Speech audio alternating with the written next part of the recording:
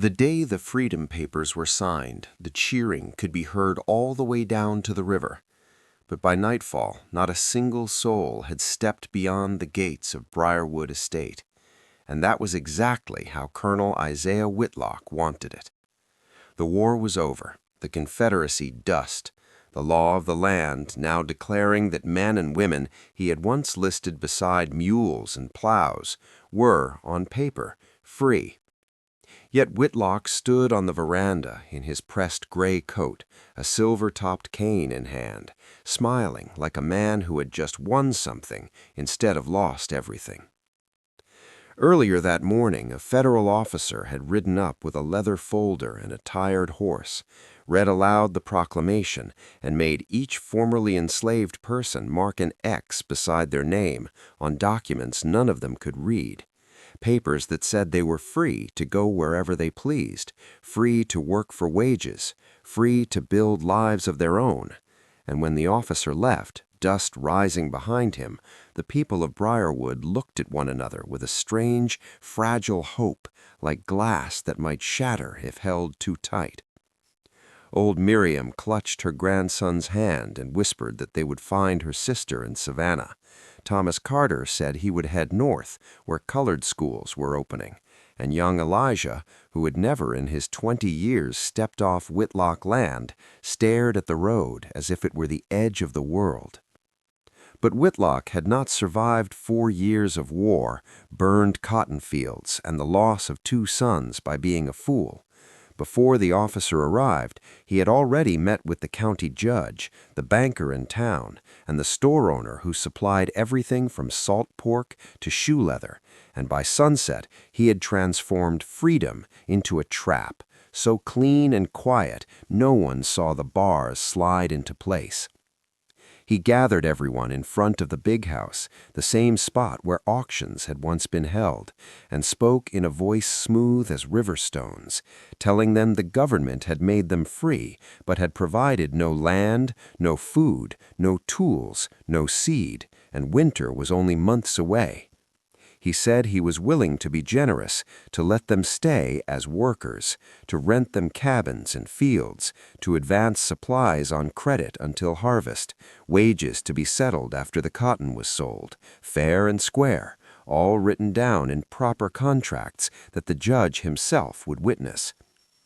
The word rent sounded harmless, the word credit almost kind, and the contracts, long, cramped lines of ink, were signed with the same X's as the Freedom Papers, because reading was still a crime most of them had never been allowed to commit.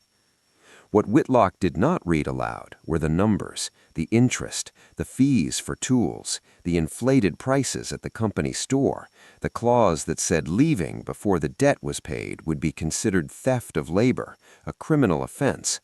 And so the gates of Briarwood remained open, yet no one walked through, because by the time the moon rose, they were already in debt to a man who now claimed he was no longer their master, only their landlord. Years passed, children grew into field hands, and the story of the day the Freedom Papers were signed became a quiet, bitter joke told in whispers at night, because everyone remembered the cheering, the feeling that history had cracked open, and the slow realization that the crack had been plastered over with debt and law and the polite smiles of men who knew how to turn power into profit. But cracks, even plastered ones, have a way of spreading. It began with a school teacher from the North, Miss Eleanor Price, who arrived with a Bible, a stack of spelling books, and a stubborn belief that letters could be sharper than knives.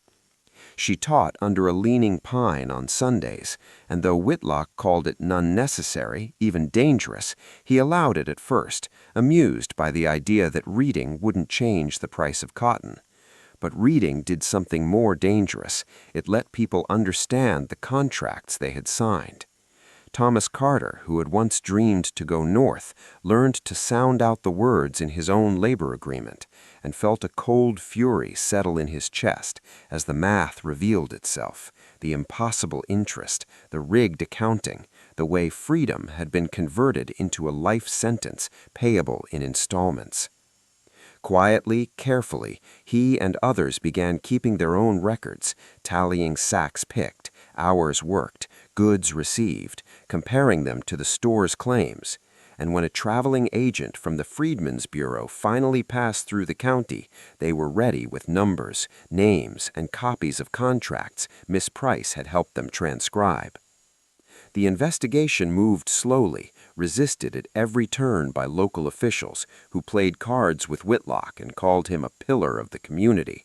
But the world beyond Briarwood was changing, railroads stretching, newspapers multiplying, and stories traveling farther than they used to. A reporter printed an article about freedom in chains of ink, and suddenly Whitlock's methods were not just business, but scandal. Federal marshals arrived not with cheers this time, but with warrants, and ledgers were seized, pages fluttering in the humid air like trapped birds finally taking flight. In court, Whitlock argued that every contract was signed voluntarily, that he had merely offered opportunity, that debt was not slavery. Yet when the judge asked why not one worker had ever managed to leave without owing more than they began with, the courtroom fell into a silence so heavy it felt like judgment already delivered.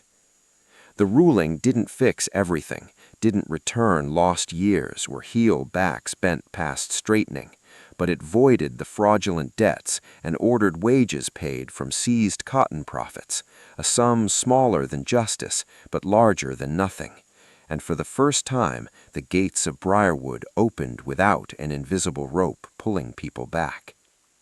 On the morning they finally walked away, there was no cheering, just a quiet, determined procession down the same road they had once feared, bundles on shoulders, children on hips, the future uncertain, but at least their own.